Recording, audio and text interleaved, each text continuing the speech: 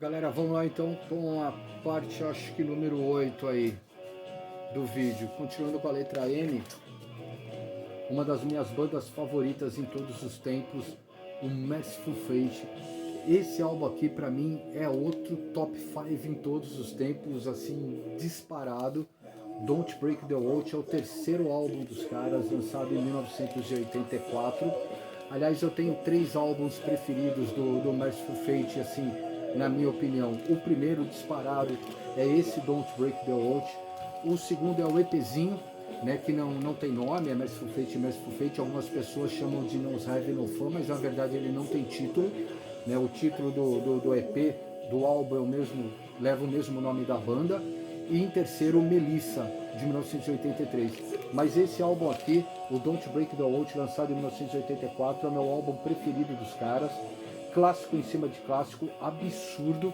O que a dupla de guitarrista, o Hank Sherman e o Michael Danner, fizeram nesse álbum aqui é fantástico, é de chorar. Eu realmente choro quando escuto esse álbum. Me emociona realmente, tamanha a qualidade das composições, tamanha a qualidade da produção desse álbum, né? E principalmente a qualidade das músicas, né? O álbum abre com a Dangerous Meeting, que pra mim talvez seja a melhor música do Merciful Fate jamais feita em todos os tempos.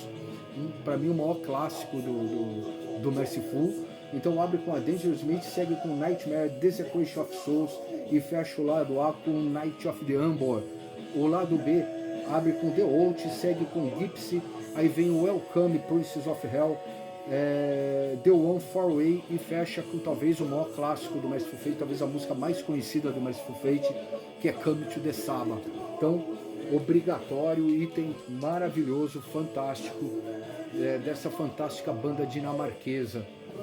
Outro dos meus álbuns preferidos e de minhas bandas favoritas em todos os tempos, esse álbum aqui, Game Over, do Nuclear Assault, lançado em 1986, top 5 também do thrash metal em todos os tempos, maravilhoso, lindo, disco que também não tem música ruim, do início ao fim, é clássico em cima de clássico.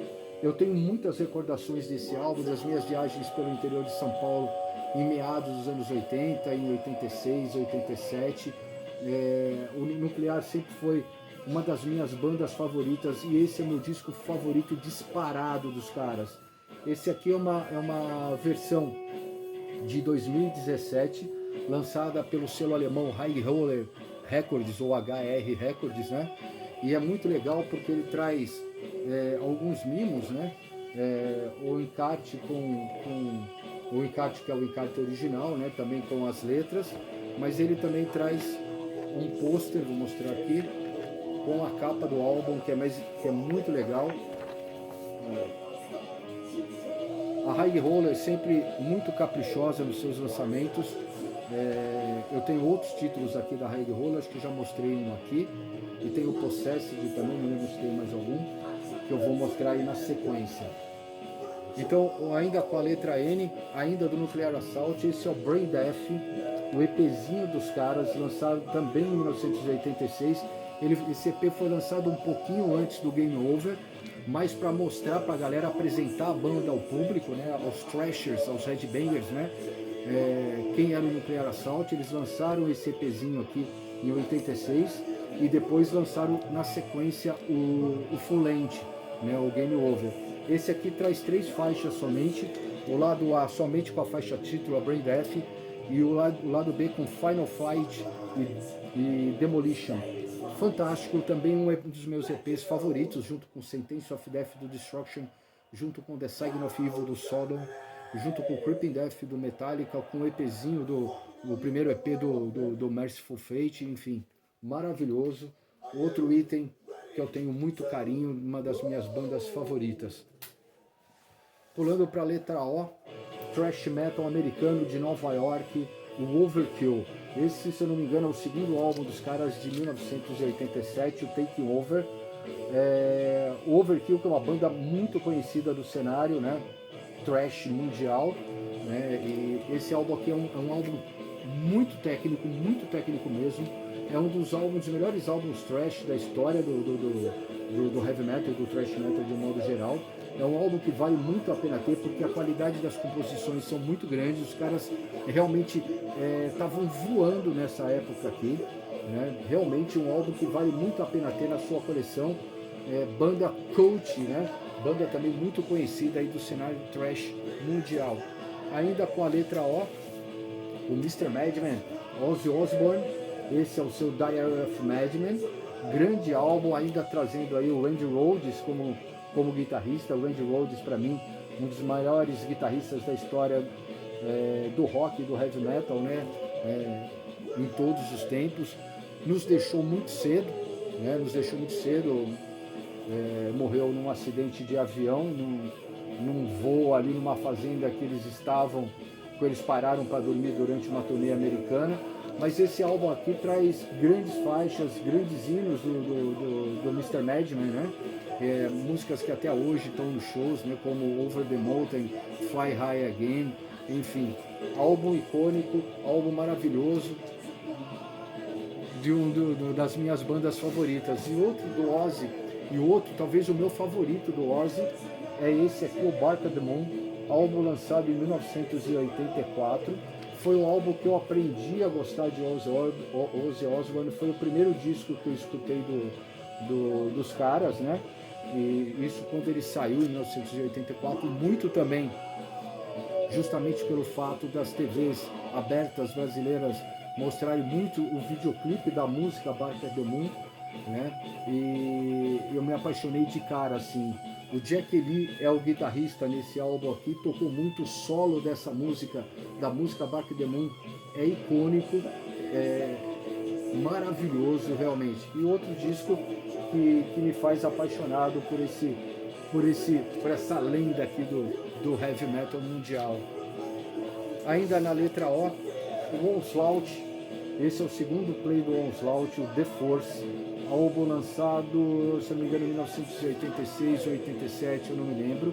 Esse álbum também foi lançado no Brasil pela Woodstock Discos, Woodstock que nos trouxe grandes e maravilhosos álbuns aí do metal, grandes clássicos, e esse é um grande clássico. Aqui o Onslaught já mostrava um som um pouco diferente do que tinha feito no primeiro álbum, Power From Hell.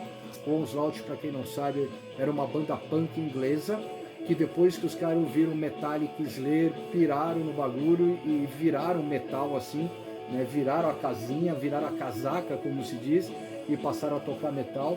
Lançaram o primeiro álbum em 85, que é o Power for Hell, que é o meu preferido, mas eu não tenho em vinil, só tenho em CD. E na sequência lançaram esse The Force, é um álbum que já traz uma evolução. O Power for Hell é um misto de death com thrash metal, e aqui eles já calcaram mesmo os dois pés no thrash metal, e é maravilhoso, traz clássicos absurdos do thrash metal aqui, músicas como Let There Be That, Metal Forces, Flame of the Antichrist, realmente maravilhoso. Recomendo muito esse álbum aqui, um dos melhores álbuns de thrash metal dos anos 80, sem dúvida alguma. Pulando aí para a letra P, o Picture, banda de heavy metal holandesa. Aliás, aqui ó, camiseta do Picture, e do mesmo álbum, né, o Eternal Dark. Para mim, o melhor álbum do Picture, foi o primeiro álbum que eu escutei dos caras. Eu tinha comprado esse álbum quando saiu, em 1984, 1983. Depois eu me desfiz do álbum, acabei perdendo e readquiri essa cópia aqui recentemente, comprei num sebo aqui em Botucatu.